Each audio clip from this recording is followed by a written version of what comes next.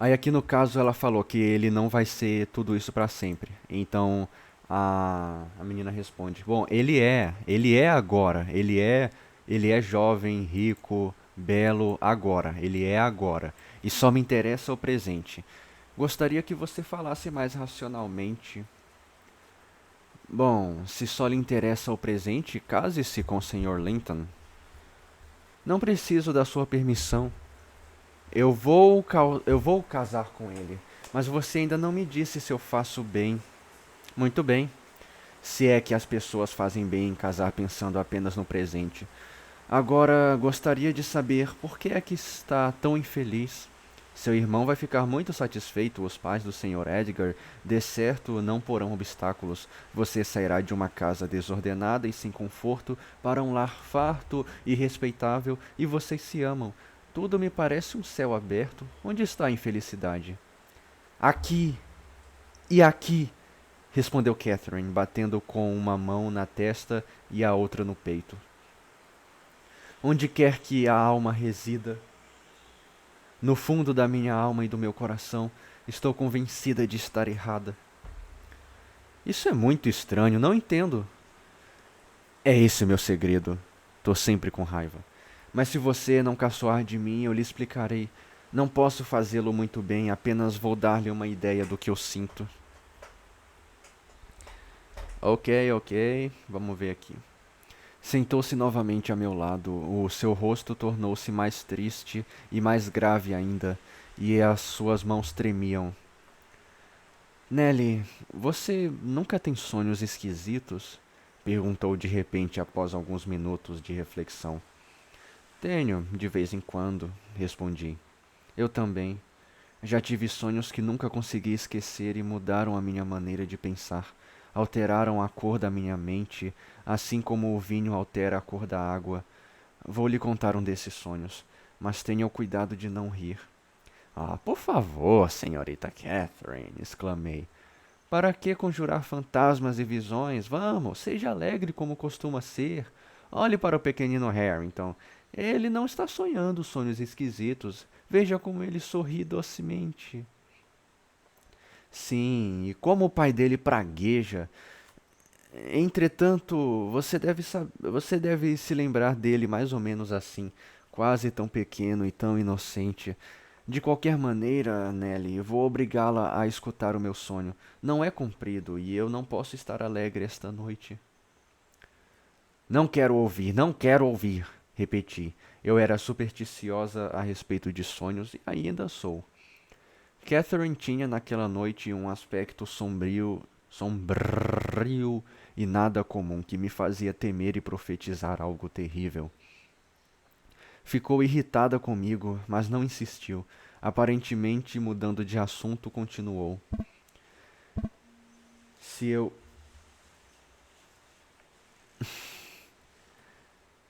Se eu estivesse no céu, Nelly, sentir-me-ia muito mal. E aqui tem uma coisa aqui. É porque você não merece, respondi. Todos os pecadores se sentiriam mal no céu. Mas não é por isso. Uma vez sonhei que estava lá. Já lhe disse que não quero saber dos seus sonhos, senhorita Catherine. Vou para a cama. Ameacei. Hum. Ela riu e segurou-me, pois fiz menção de me levantar. Não é nada, disse ela. Só lhe ia contar que para mim não parecia ser o céu e que eu chorava desesperadamente, querendo voltar para a terra. Os anjos ficaram tão. Meu Deus do céu, tá caindo a energia aqui, cara. Acho que tá. Tá chovendo, tá caindo a energia. Enfim, meu irmão. Ah, tá, os anjos. Tá com cheiro de queimado, eu acho que tá pegando fogo em casa. Não, não tem nada pegando fogo. Segurança em primeiro lugar, viu? Os anjos ficaram tão zangados comigo que me jogaram bem em cima do morro dos ventos uivantes, onde eu acordei soluçando de alegria. Isso me servirá para explicar o meu segredo.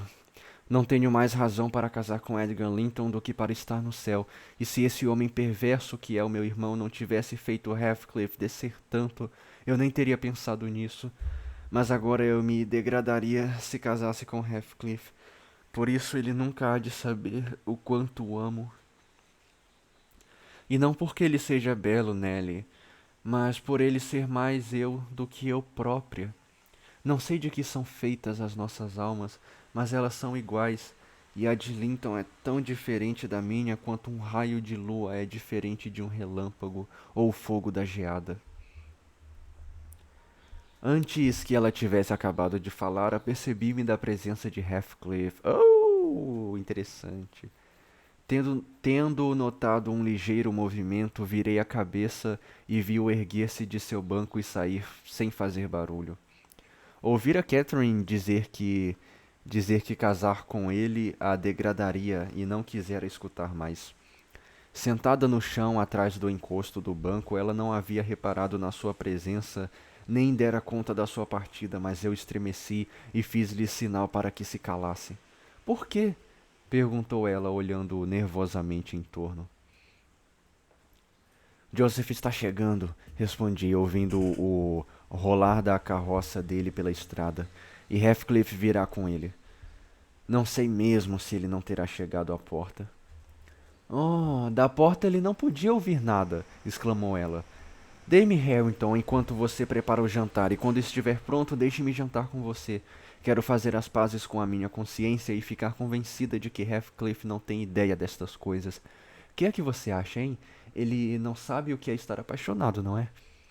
Não vejo razão para que ele não saiba tanto quanto você, respondi. E se você for o objeto da sua escolha, ele será a mais infeliz criatura que já veio ao mundo. Assim que você se tornar a esposa de Linton, ele perderá tudo. Já pensou em como ele suportará a separação e como se sentirá abandonado? Por que, senhorita Catherine? Separação? Abandonado? Exclamou ela com um acento de indignação. Quem nos vai separar? Diga, quem ousará? Enquanto eu viver, ninguém, Ellen. Todos os Linton deste mundo poderão morrer. O volume tá baixo, né? Aumentei um pouquinho. Todos os Linton deste mundo poderão morrer antes que eu consinta em esquecer Heathcliff. Não é isso que eu pretendo. Não é isso que eu quero dizer. Jamais casaria com Linton se um tal preço me fosse exigido. Heathcliff será para mim o que sempre foi, toda a minha vida. Edgar terá de colocar de lado a antipatia que lhe tem e tolerá-lo ao menos. Ele o fará quando perceber o que eu sinto por ele.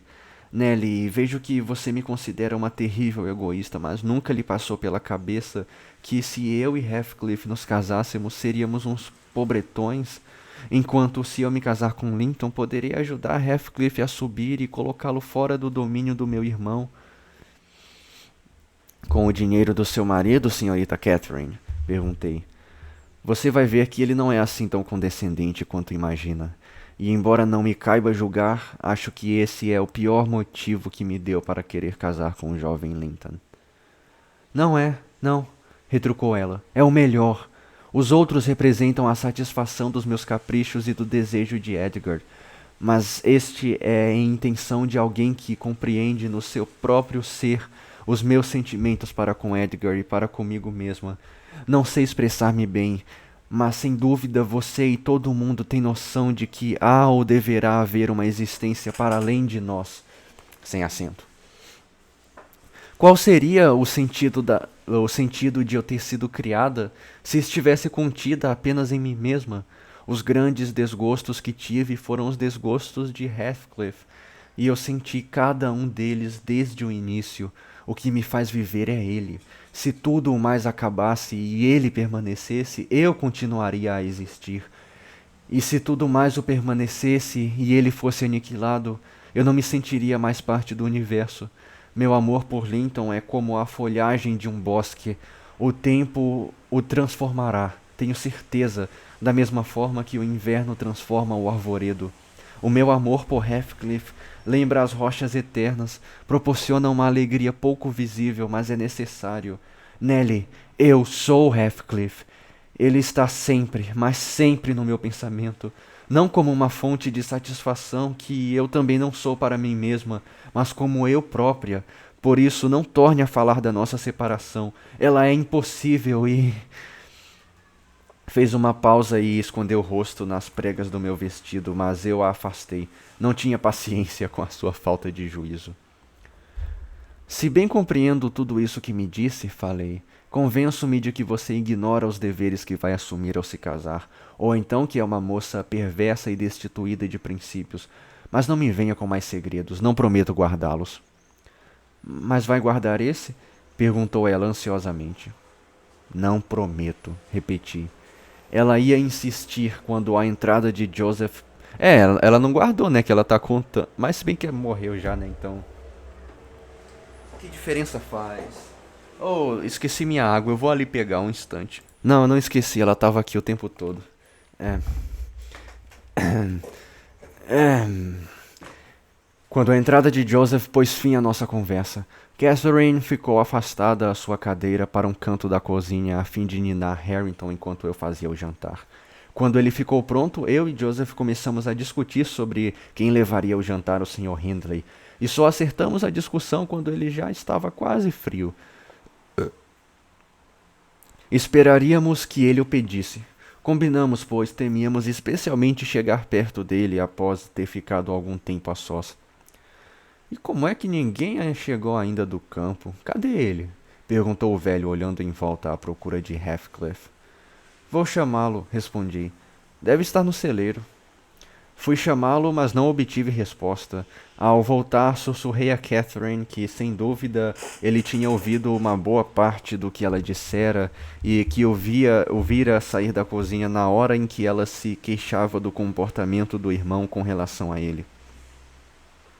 Ela ficou assustada, largou Harrington no banco e correu à procura do amigo, sem parar para ponderar o motivo da sua agitação, nem como as suas palavras o teriam afetado. Demorou tanto a voltar que Joseph propôs não esperarmos mais, conjeturando que os dois tivessem ficado fora para não ouvir os seus sermões e acrescentando uma prece especial ao costumeiro quarto de hora de orações antes do jantar, com intenção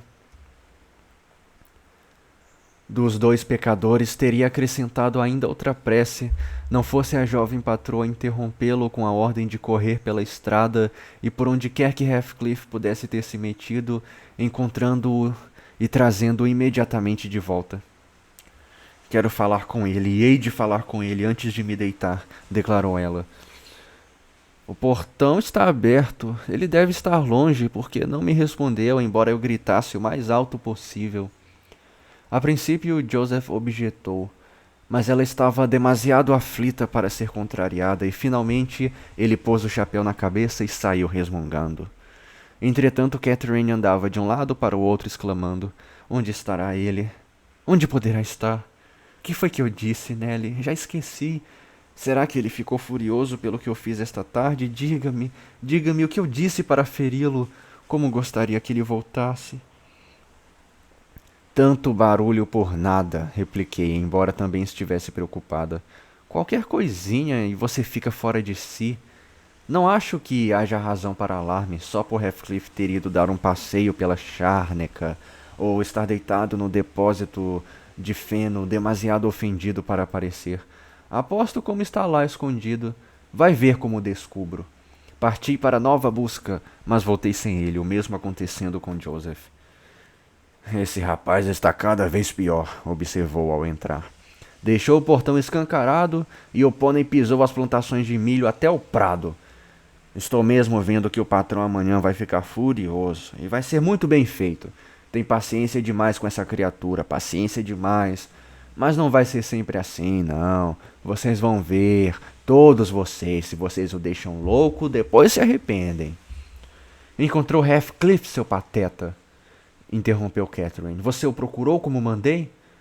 Eu devia ter procurado o cavalo, respondeu ele. Teria tido mais juízo. Mas não se pode procurar um cavalo nem gente numa noite como esta.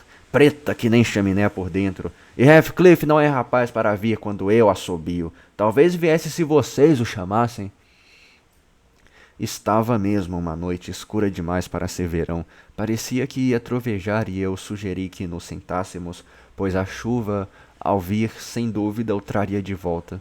Contudo, Catherine não se convenceu a esperar tranquila. Continuou andando de um lado para o outro do portão até a porta num estado de agitação que não a deixava sossegar, finalmente, que não a deixava sossegar. Ponto e vírgula.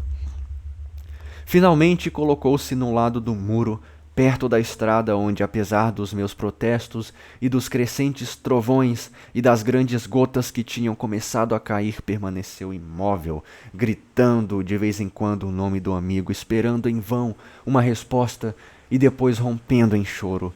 Os seus acessos de choro eram mais fortes que os de Harrington ou de qualquer outra criança. Cerca de meia-noite, quando ainda estávamos acordados, a tempestade caiu com toda a fúria sobre o morro. Um vento furioso acompanhava a trovoada, derrubando uma árvore a um canto da casa. Um enorme galho se abateu sobre o telhado e derrubou uma parte do cano da chaminé de leste, jogando um monte de pedras e fuligem na lareira da cozinha.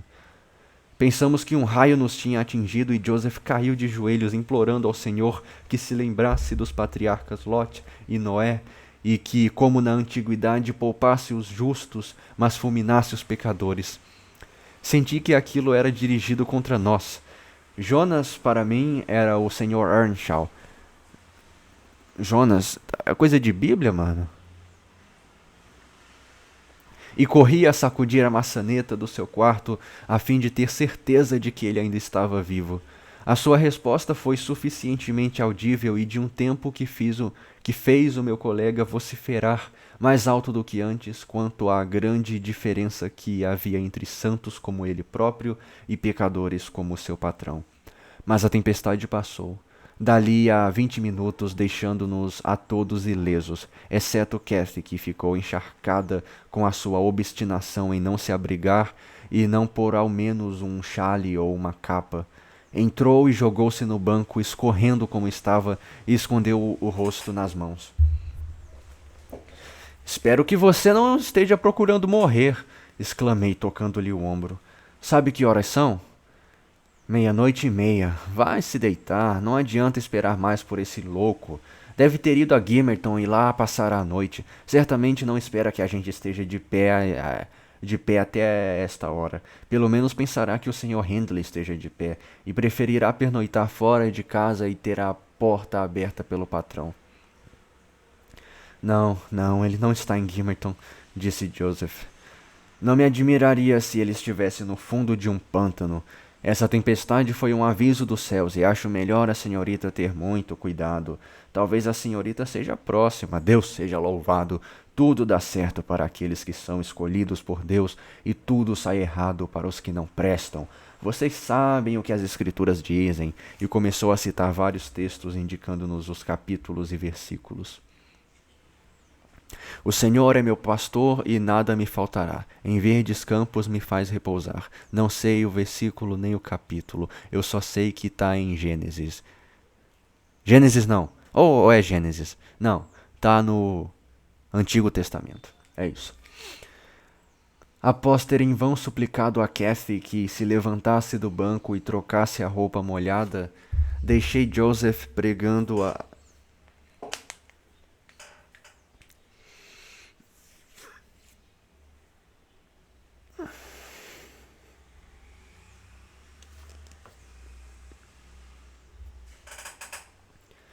Em vão suplicado a Cathy que se levantasse do banco e trocasse a roupa molhada, deixei Joseph pregando e Catherine tiritando e fui para a cama com o pequeno Harrington, que já estava dormindo.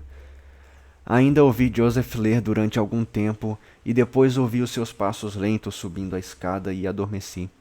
No dia seguinte, acordando mais tarde do que de costume, vi sob os raios de sol que penetravam pelas gelósias Catherine ainda sentada perto da lareira. A porta da sala também estava aberta e a luz entrava pelas janelas. Hindley descera e estava de pé junto à lareira da cozinha, com ar abatido e sonolento. O que é que você tem, Cathy? Ele estava dizendo quando eu entrei. Está parecendo um cachorrinho afogado? Por que é que está tão molhada e tão pálida? Molhei-me, respondeu ela relutantemente. Só isso.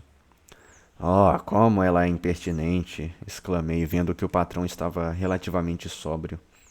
Encharcou-se na tempestade de ontem à noite e ficou toda a madrugada aí sentada, sem que eu pudesse fazê-la deitar-se. O senhor Earnshaw encarou-nos espantado. Toda a madrugada? Repetiu. Por que ela não se deitou? Não, não pode ter sido por medo da trovoada. A tempestade acabou logo. Nenhuma de nós desejava mencionar a ausência de Heathcliff enquanto fosse possível escondê-la. Por isso repliquei que não sabia por que razão ela resolvera não se deitar. Ela não disse nada. A manhã estava fresca e agradável. Abri a gelósia e toda a cozinha foi invadida pelos diferentes perfumes das flores do jardim. Mas Catherine disse: Ellen, feche a janela. Estou morrendo de frio. E seus dentes batiam enquanto ela procurava aproximar-se das brasas quase extintas. Ela está doente, disse Hindley, tomando-lhe o pulso. Acho que foi por isso que não quis deitar-se. Diabos!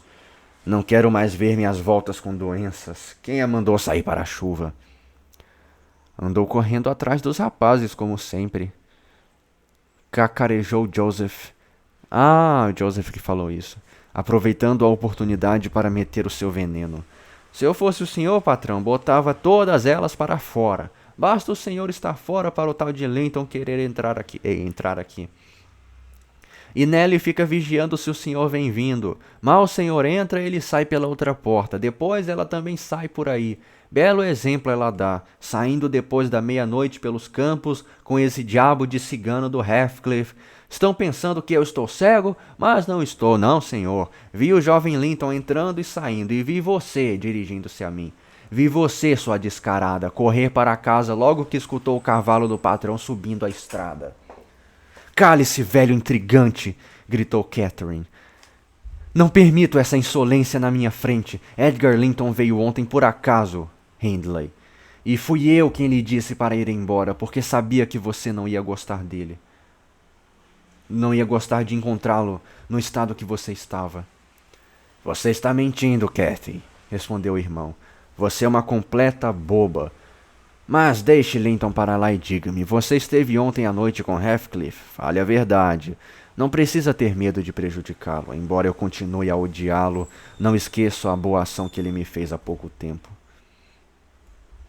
Assim, em vez de lhe torcer o pescoço, vou pô-lo para fora desta casa, e logo que ele tiver partido, todo mundo vai ter que andar muito nos eixos, estou avisando.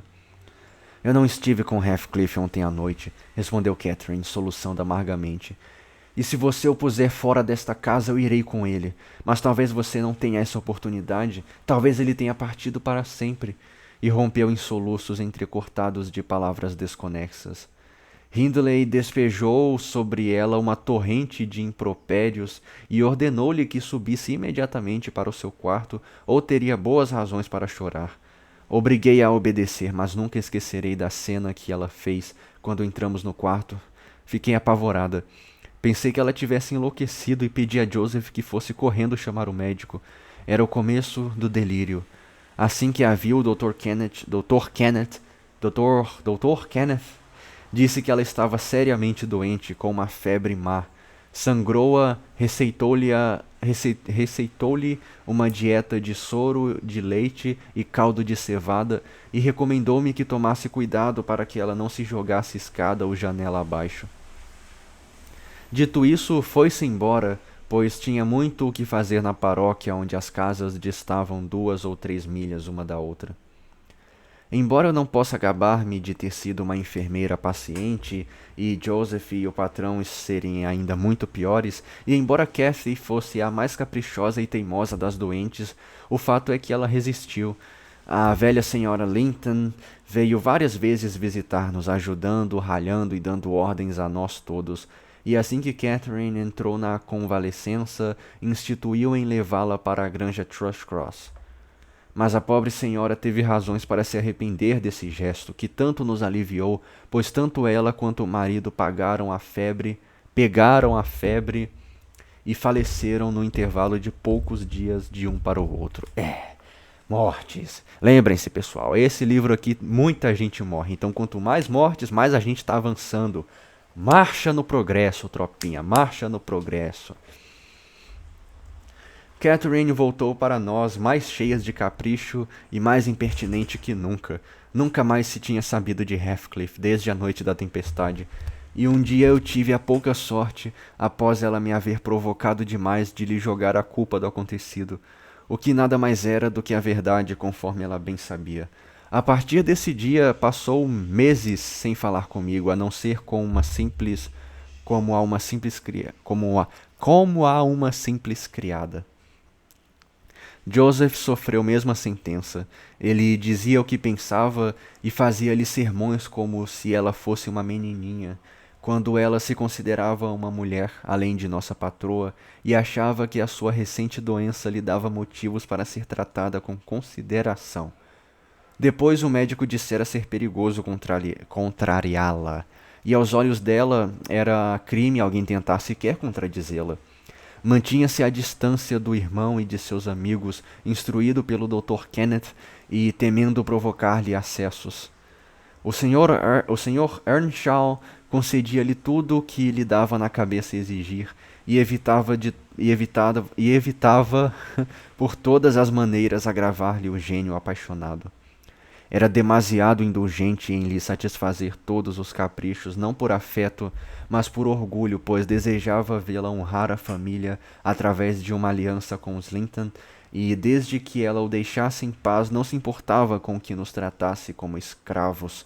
Edgar Linton, como tantos outros homens antes e depois dele, estava apaixonado e julgou-se o mais feliz homem do mundo no dia em que a levou ao altar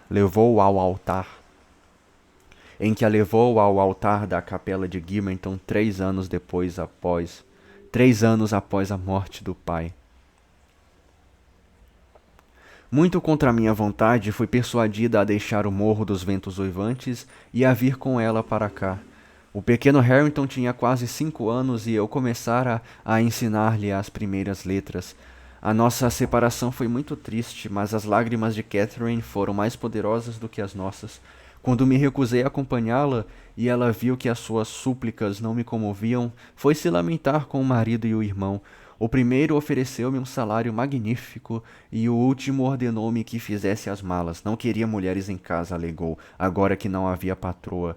Quanto a Harrington, o cura se encarregaria de orientá-lo.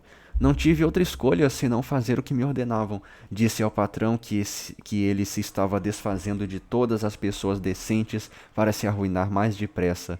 Beijei Harrington, despedi-me dele, e desde então ele tem sido como que um estranho para mim.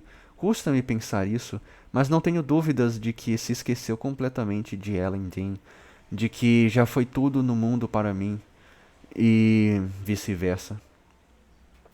Ao chegar a este ponto, a senhora Dean olhou para o relógio sobre a lareira e ficou espantada de ver que já era 1:30 da manhã.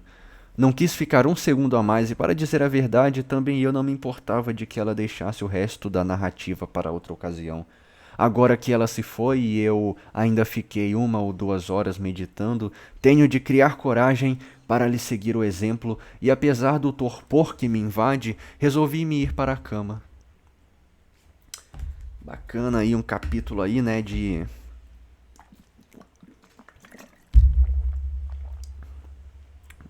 O livro tá bom, cara. Deu uma baixada de nível, na minha opinião, mas tá bom ainda, eu tô gostando.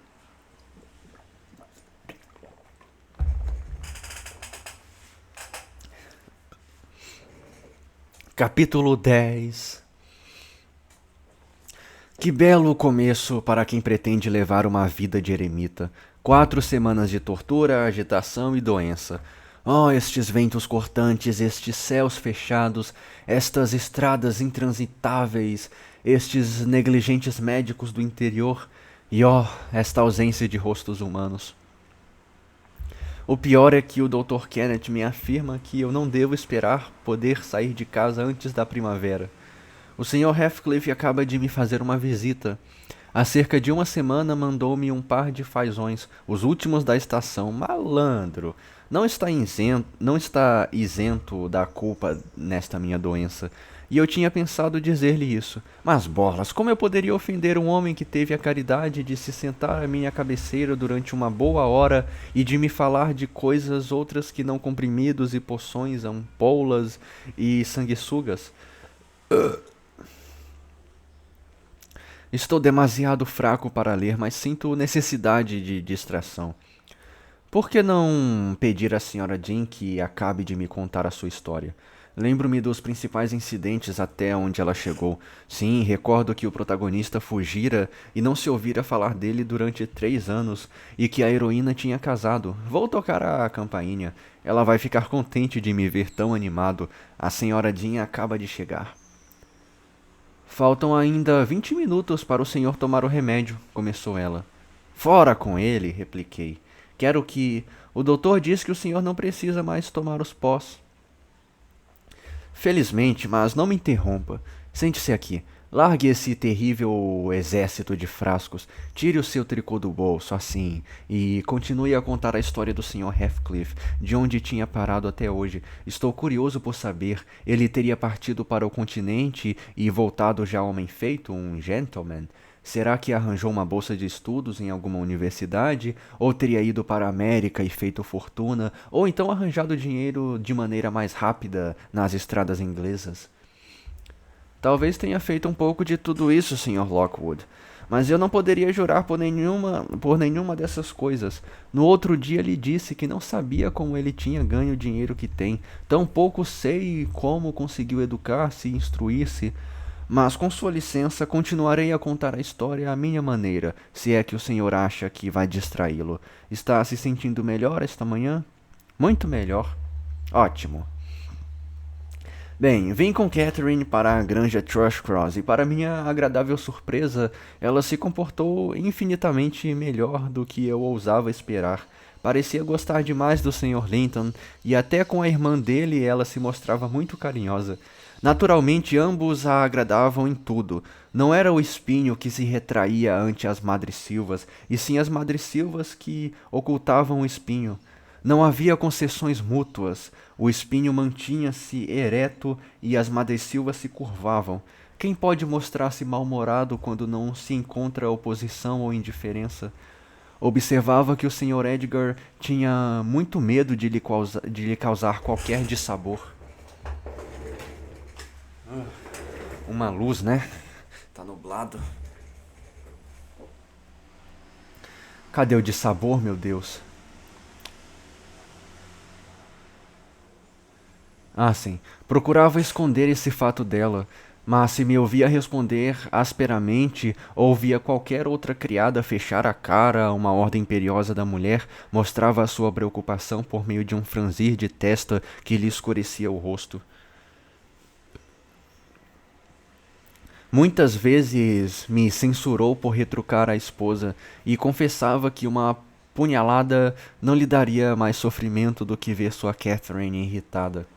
Não desejando fazer sofrer o meu bom patrão, aprendi-me a controlar-me e durante meio ano a pólvora permaneceu tão inofensiva quanto se fosse areia, sem nada que a fizesse explodir.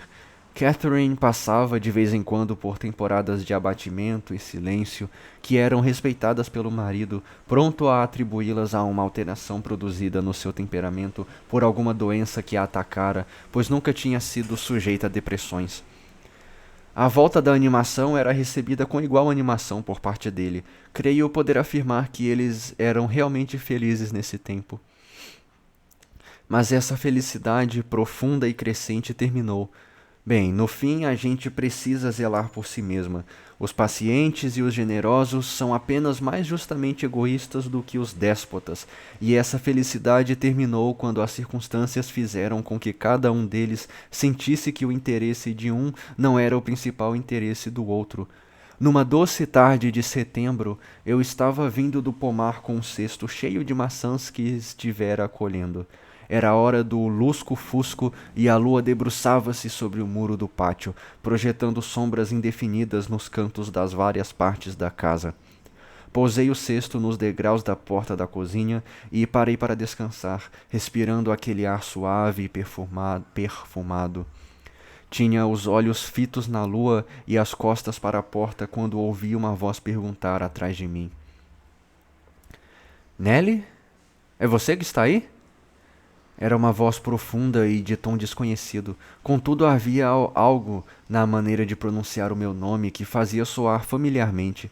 Virei-me para ver quem falava, confesso que com medo, pois as portas estavam fechadas e eu não vira ninguém ao me aproximar dos degraus.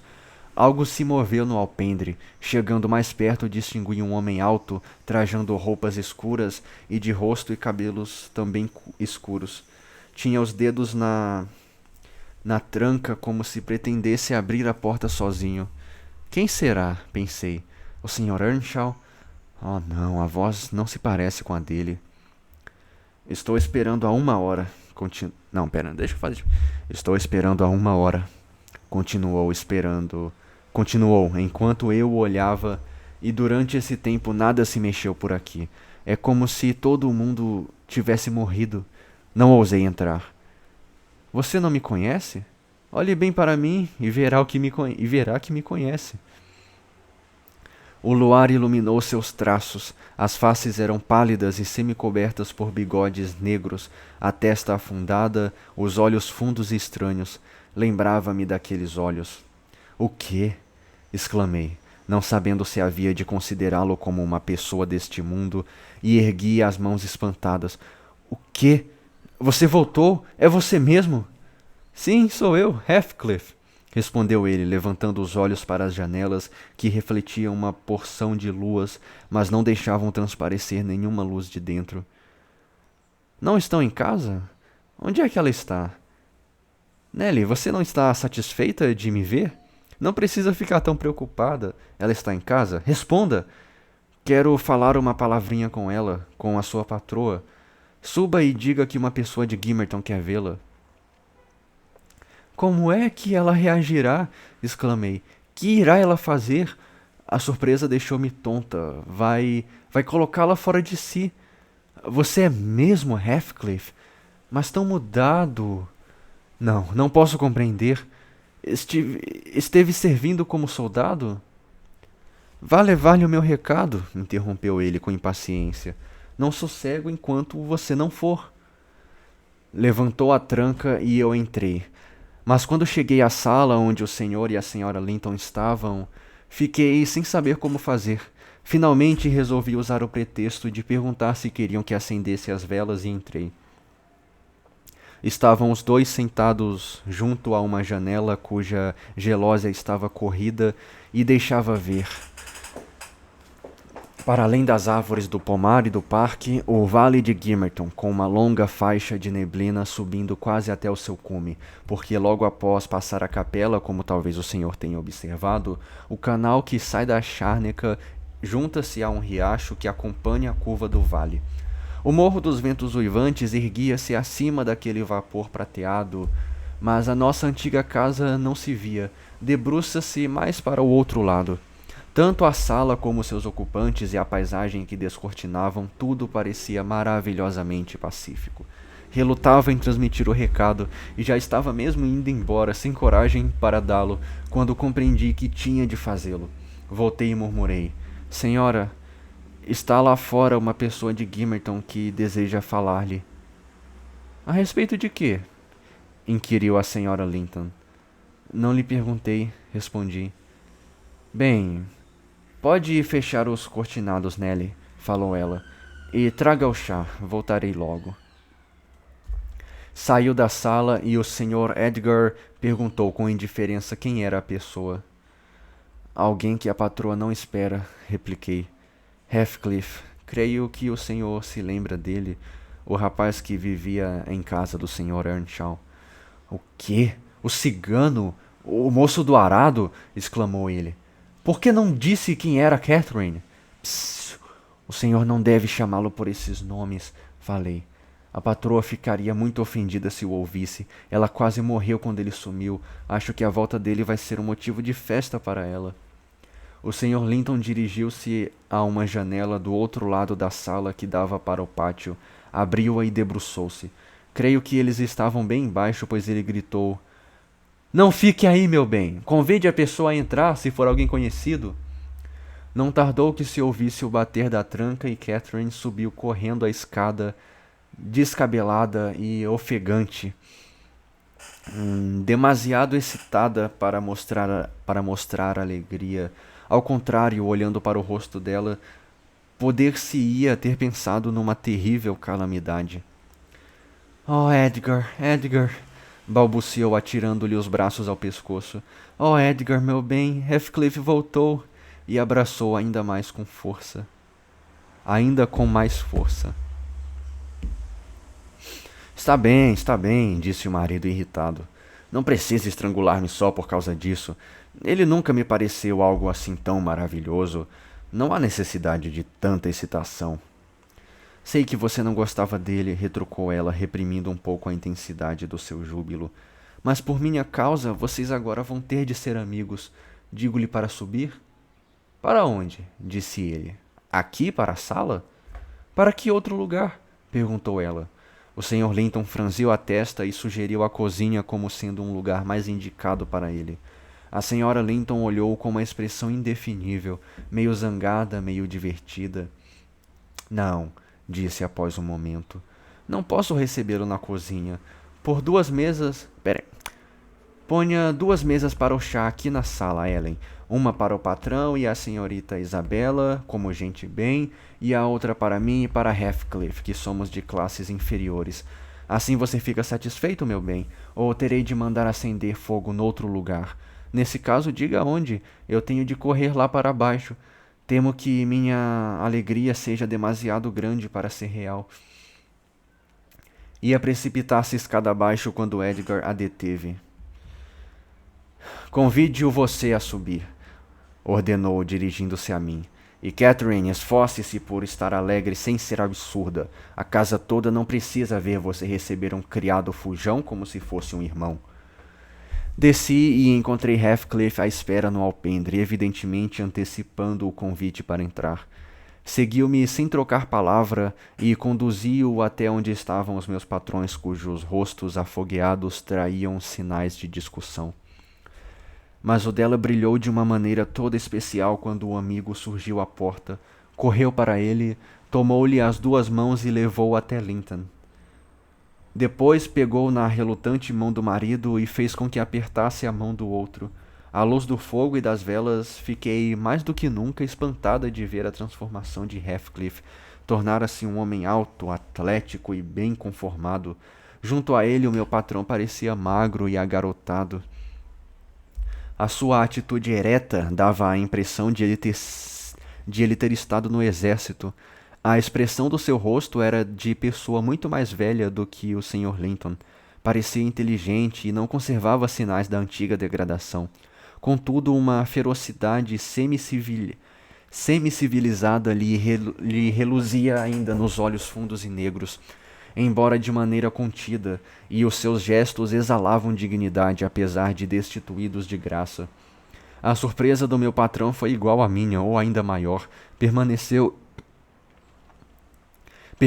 por 1 minuto sem saber como dirigir-se ao moço do arado, conforme o chamara. Heathcliff deixou cair a mão fina e ficou olhando calmamente para ele.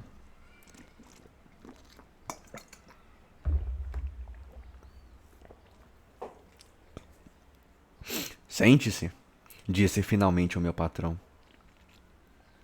A senhora Linton, em memória dos velhos tempos, deseja que eu lhe dê uma recepção cordial, e eu, como é natural, fico satisfeito quando ocorre algo que lhe dê prazer.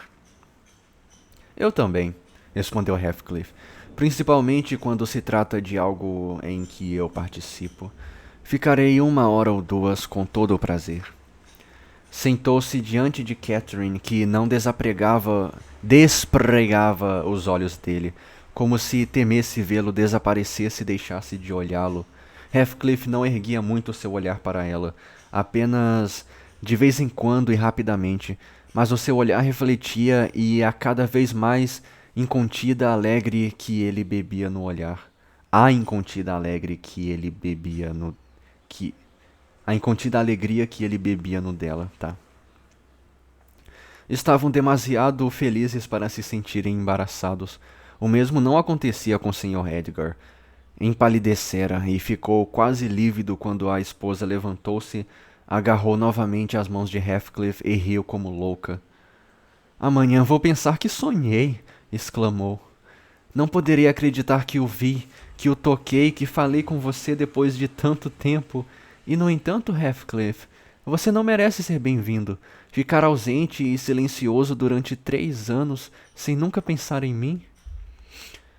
Pensei um pouco mais do que você em mim, murmurou ele. Tive notícia do seu casamento, Cathy. Não faz muito.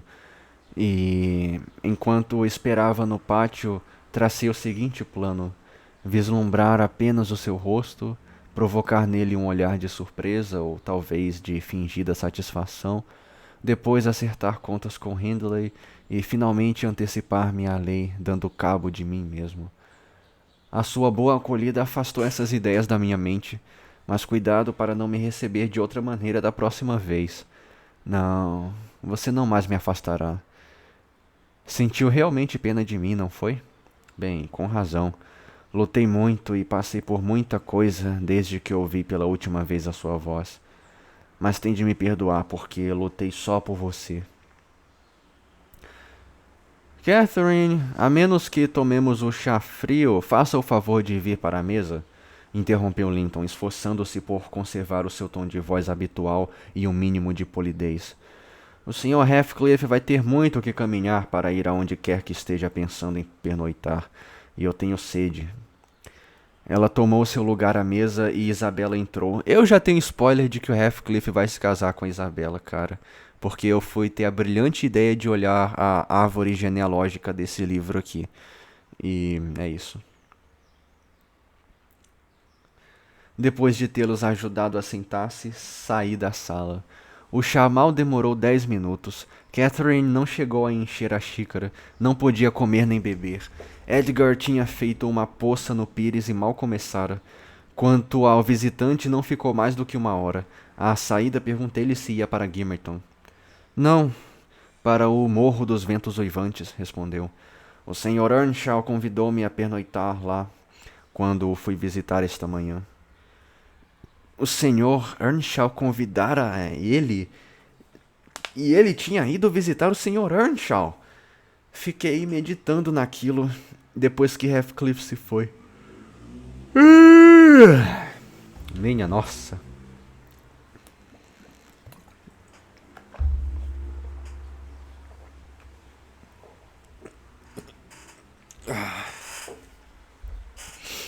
Ter-se-á tornado hipócrita e terá vindo semear discórdia sob uma capa de cordialidade, pensei. No fundo do coração tinha um pressentimento de que teria sido melhor, ele não ter voltado. Pelo meio da noite fui despertada do meu primeiro sono pela senhora Linton, que quase entrou no meu quarto, sentou-se à beira da minha cama e me puxou o cabelo com o fim de acordar-me.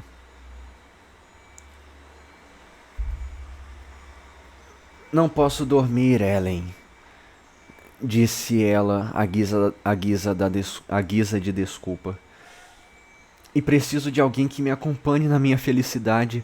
Edgar está melindrando por me ver alegre com algo que não lhe interessa. Recusa-se a falar, exceto para dizer coisas bobas. Imagine que me acusou de cruel e egoísta por querer conversar quando ele estava se sentindo doente e cheio de sono. Sempre diz que está doente quando qualquer coisinha o aborrece. Elogiei Heathcliff e ele, não sei se por dor de cabeça ou por inveja, começou a chorar. Aquilo irritou-me e deixei-o sozinho. Para que elogiar Heathcliff diante dele? Ponderei. Quando garotos tinham aversão pelo outro, e acho que Heathcliff também detestaria que lhe fossem elogiar o Sr. Linton. É a natureza humana. Não fale dele ao Sr. Linton a menos que queira suscitar uma briga entre os dois. Mas você não acha que isso revela uma grande fraqueza? Insistiu ela. Não sou invejosa, nunca sinto raiva dos cabelos louros de Isabela, da brancura da sua pele, da sua elegância e do carinho que toda a família demonstra por ela. Até você, Nelly, se porventura discutimos, coloca-se logo ao lado de Isabela, e eu cedo como se fosse... Ah, cedo, é cedo do verbo ceder. Eu achei que fosse cedo de que não é tarde, sabe? e eu cedo como se fosse uma irmã mais velha. Chamo-a de Onitcha, chamo-a de querida e faço tudo para que lhe passe o mau humor. O irmão gosta de nos ver de bem e isso me dá prazer, mas a verdade é que eles são muito parecidos, crianças mimadas, pensam que o mundo é deles. Por isso, embora eu os mime a ambos, acho que de vez em quando um bom castigozinho é necessário para o bem deles. Engana-se, senhora Linton, retruquei. Eles é que a mimam, e eu bem sei o que seria se não fizessem. A senhora não se importa de lhes tolerar alguns caprichozinhos desde que eles tratem de lhe satisfazer todos os desejos. Mas tome cuidado e não exija demasiado, porque aquele a quem acusa de fraqueza é bem capaz de se mostrar tão obstinado quanto a senhora. E então combateremos até a morte, não, Nelly? Replicou ela, rindo. Não, eu tenho tanta confiança no amor de Linton que mesmo se o matasse, acho que ele não reagiria.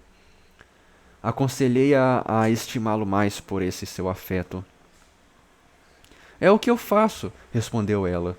Mas ele não precisava choramingar por ninharias. É infantil. Em vez de desmanchar-se em lágrimas por eu ter dito que Heathcliff era agora digno de consideração de qualquer pessoa e que seria para ele uma honra ser seu amigo, ele próprio devia ter dito e mostrado alegria por minha causa. Heathcliff tem mais razões para não gostar dele e acho que se portou maravilhosamente. Que acha de ele ter ido para o Morro dos Ventos Uivantes? Perguntei. Aparentemente, a transformação foi completa. A sua atitude é a de um autêntico cristão. Oferecer a mão direita, a mão da amizade a todos os seus antigos inimigos. Ele explicou, replicou ela. Disse que tinha ido pedir-lhe informações a meu respeito, pensando que você ainda lá morasse. Joseph foi chamar Handler, que saiu e começou a perguntar-lhe o que tinha sido feito dele, que vida ele levara. Por fim convidou-a a entrar. Havia várias pessoas jogando cartas. Heathcliff juntou-se a elas. Meu irmão perdeu algum dinheiro para ele e, vendo que Heathcliff estava bem recheado, pediu-lhe que voltasse à noite, ao que ele anuiu. Hindley não sabe escolher com prudência as pessoas com quem se dá. Não se preocupa em refletir sobre os motivos que deveria ter para desconfiar de alguém a quem tanto humilhou. Mas Heathcliff afirma que a sua principal razão para reatar relações com seu antigo inimigo é o desejo que tem de se instalar perto da granja e da casa onde vivemos juntos, além de esperar que eu tenha mais oportunidades de vê-lo do que ele se instalasse em Gimmerton. Pretende pagar regiamente pelo privilégio de se hospedar no morro, e sem dúvida a cobiça de meu irmão o levará a aceitar isso.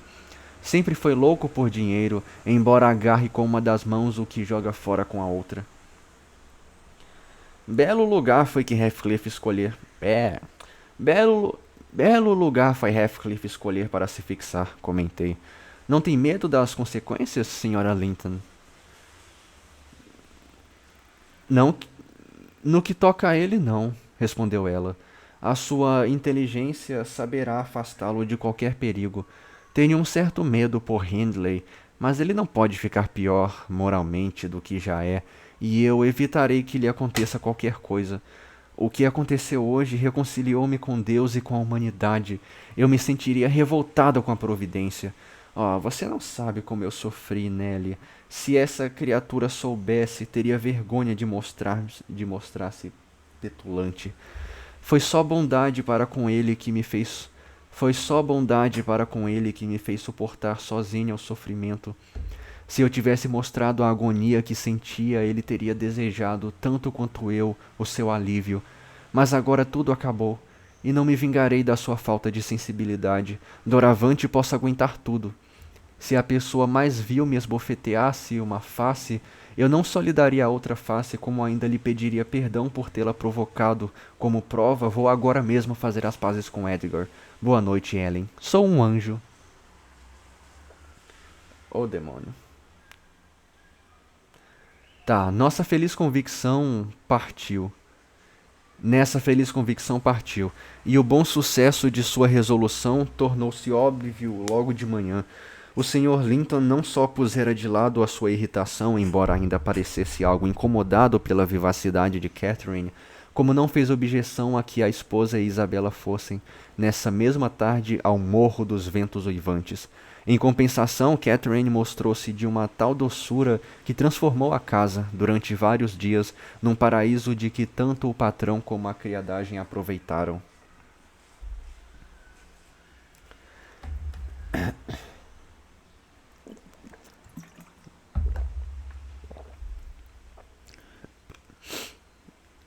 Heathcliff. Daqui por diante o chamarei Sr. Heathcliff. A princípio usou cautelosamente a liberdade de frequentar a granja. A partir daqui por diante o chamarei Sr. Heathcliff. Agora vai ter um tchaca, tchaca, tchaca, tchaca, tchaca. Vai mudar como ela chama o Heathcliff. A princípio usou cautelosamente a liberdade de frequentar a granja Thrushcross.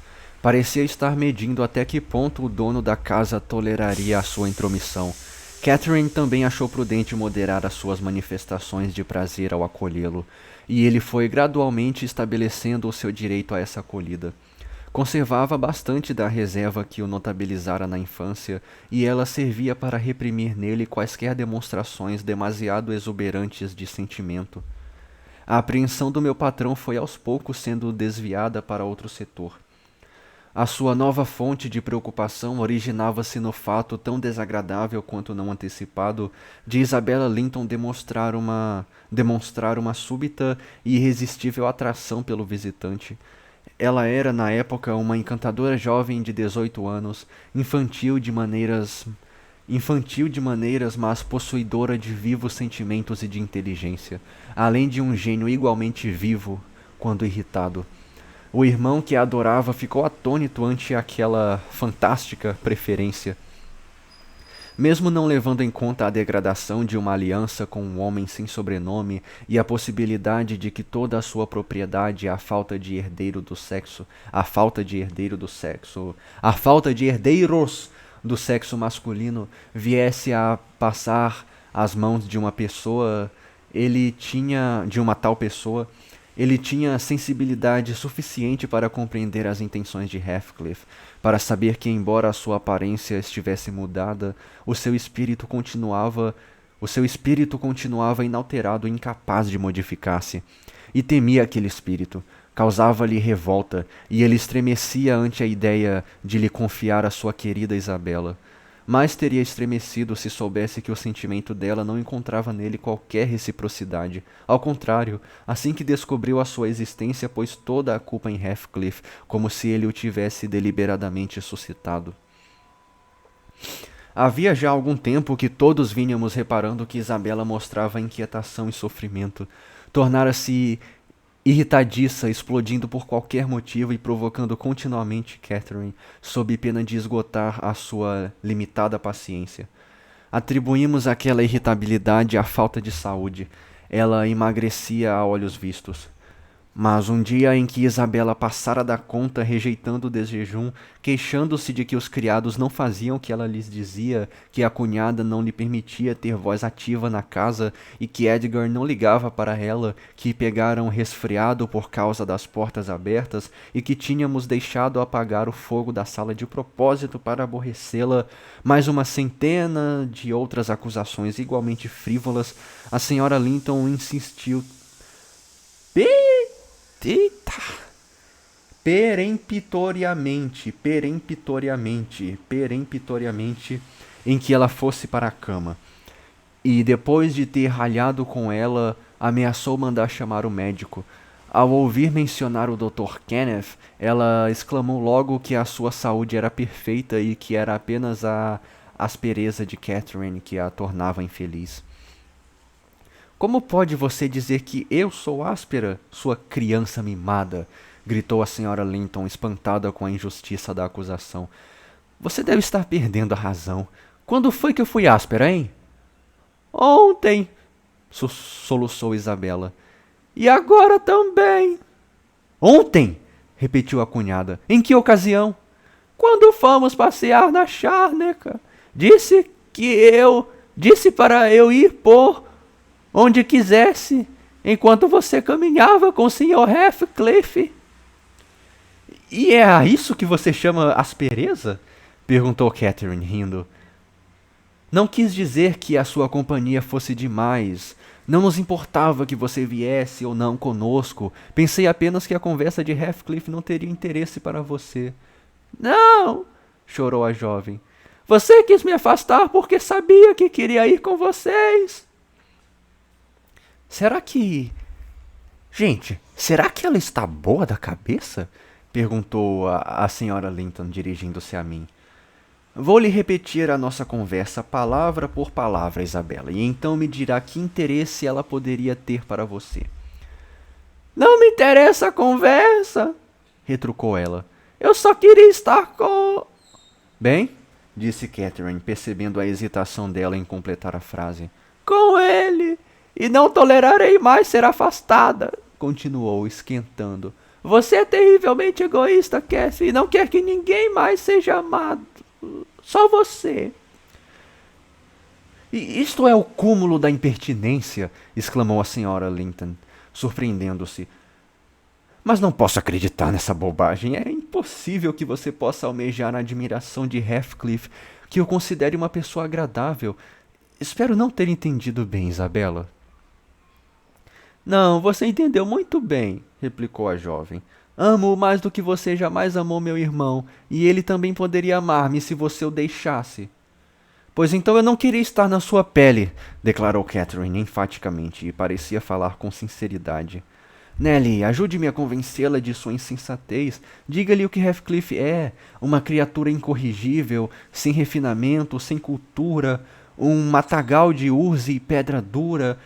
Antes queria pôr aquele canarinho no parque num dia de inverno do que lhe recomendar que nutrisse qualquer sentimento por ele. Só uma deplorável ignorância do caráter de Heathcliff é que lhe pode meter esse sonho na cabeça.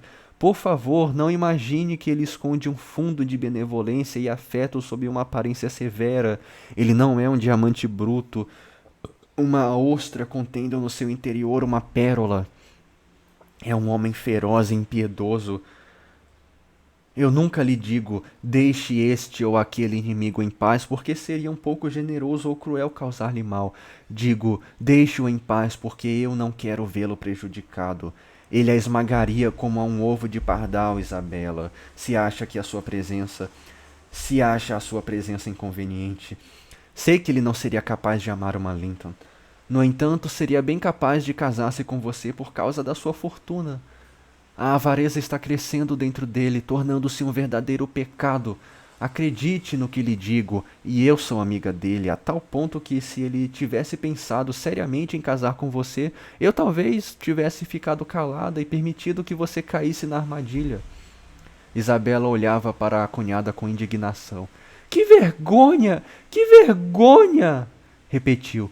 Você é pior do que 20 inimigos, venenosa como ninguém.